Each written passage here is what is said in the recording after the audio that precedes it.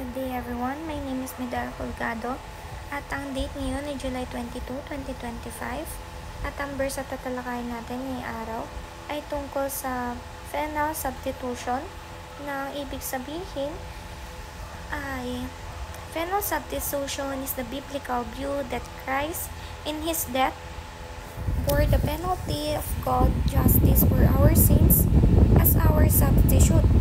The word phenol points to the legal punishment for sins, and substitute means Christ took our place.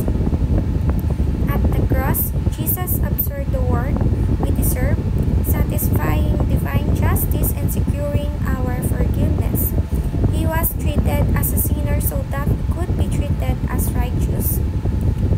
This is not a cold legal transaction, but the blazing center of God, love, and holiness, where mercy and justice meet perfectly in the suffering Savior. Dito nga sa verse na 1 Peter chapter 2 verse 24, He Himself bore our sins in His body on the cross so that we might die to sins and live for righteousness. By His wounds, you have been healed.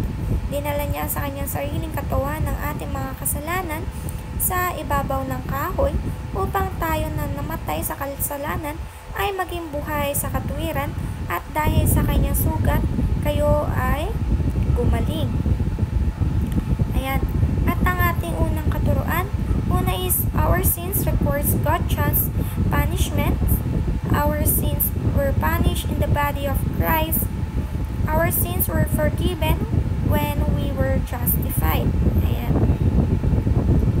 Dito nga, surely He took up our pain and bore our suffering, yet we considered Him punished by God, stricken by Him and afflicted. But He was pierced for our transgressions, He was crushed for our iniquities. The punishment that brought us peace was on Him. And by His wounds we are healed. We all like sheep have gone astray. Each of us has turned our own way, and the Lord has laid on Him the iniquity of us all. Dito nga sa unang application natin is lament over our sins and follow Jesus. Live free from sin just as we been set free. Tunay ngang inalis niya ang ating mga kahinaan, pinagaling niya ang ating mga karamdaman, subalit inakala nating iyon ay parusa ng Diyos sa Kanya.